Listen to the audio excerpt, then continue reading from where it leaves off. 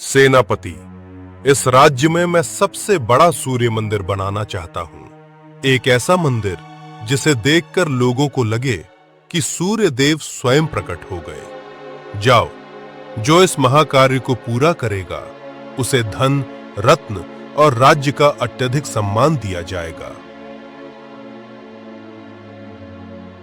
दो सैनिक राज्य में ढिंढोरा पीटने के लिए निकल पड़ते हैं।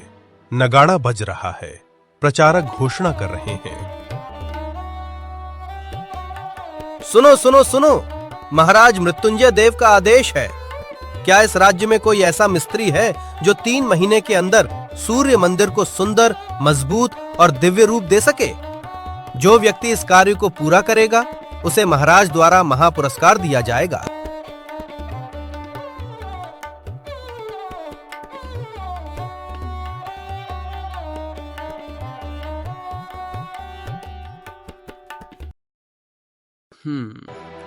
लगता है कुछ महत्वपूर्ण घोषणा हुई है।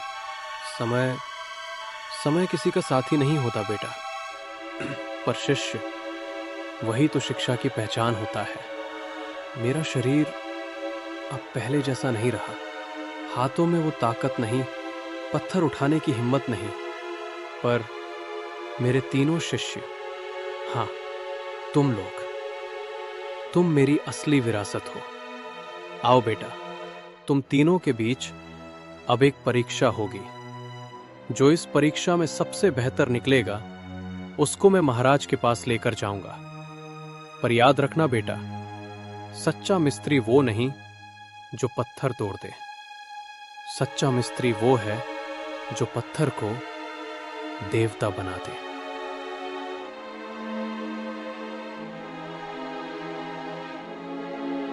शिवचरण, शांत, विनम्र और अपने काम में लीन रहने वाला। चतुरलाल, तेज दिमाग वाला जो हमेशा कम मेहनत में ज्यादा लाभ सोचता था। वीरभद्र, अपने कौशल पर अत्यधिक गर्व करने वाला। गुरु, बच्चों, महाराज एक दिव्य मंदिर चाहते हैं जो पत्थर को देवता बना दे। गुरुदेव, ये तो बच्चों का खेल है। मेरे हाथों की कारीगरी देखकर स्वयं सूर्य देव प्रसन्न हो जाएंगे। मैं ही वो सम्मान का पात्र हूं।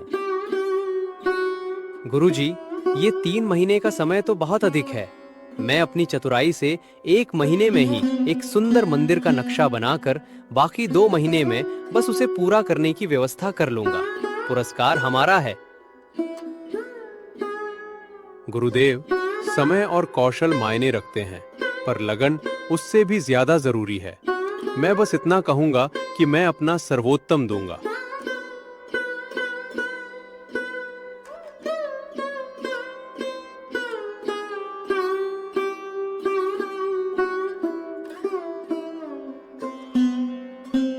गुरु बोला, ठीक है, तुम तीनों को मैं एक एक समान पत्थर का टुकड़ा देता।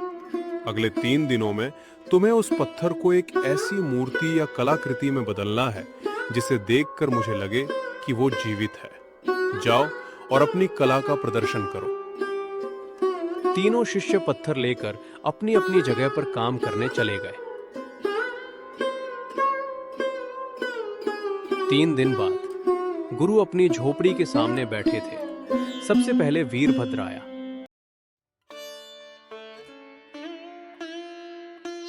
वीरभद्र ने एक विशालकाय अलंकृत शेर की मूर्ति पेश की।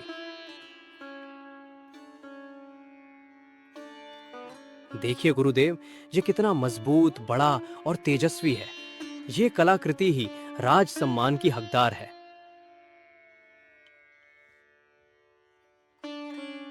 चतुरलाल ने एक बड़ा सा पत्थर लिया और उसे एक खोखले डिब्बे में बदल दिया जिसके ऊपर जटिल नक्काशी थी। गुरुदेव, ये है मेरी चतुराई। बाहर से ये कलाकृति है और अंदर से ये राजकोष में इस्तेमाल होने के लायक डिब्बा। कम मेहनत, 2 गुना फायदा। तुमने पत्थर को देवता नहीं बल्कि एक व्यापारी सामान बना दिया। अंत में शिवचरण आया। वो थका हुआ था, पर उसके चेहरे पर संतोष था। शिवचरण ने एक छोटा सा पत्थर का टुकड़ा पेश किया वो कोई विशाल मूर्ति नहीं थी, बल्कि एक साधारण, शांत, ध्यान मुद्रा में बैठी हुई नारी की आकृति थी। पर उस पत्थर के चेहरे पर एक ऐसी असीम शांति और दिव्य मुस्कान थी कि उसे देखते ही मन शांत हो जाता था। शिवचरण, मेरे बच्चे, तुम सफल हुए। तुमने पत्थर को देवता बना दिया। इसे देखकर मन को शांति मिलती है।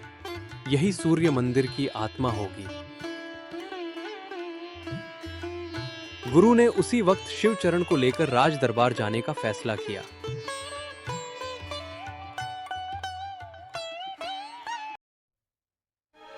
गुरु ने राजा को शिवचरण द्वारा बनाई गई शांत नारी की मूर्ति भेंट की। राजा मृत्युंजय देव बोला, अद्भुत! ये तो सूर्य की तेज रोशनी नहीं, बल्कि उनकी असीम शांति को दर्शाती है। ये बालक ही मेरा कलाकार है। गुरु ने विनम्रता से कहा, महाराज, ये सूर्य मंदिर बनाएगा, पर एक अंतिम विनती है। राजा, कहो गुरुवर।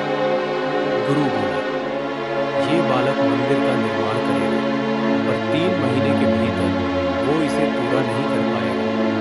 एक सच्चा दिव्य मंदिर बनाने में समय लगता है। ये 6 महीने लेगा।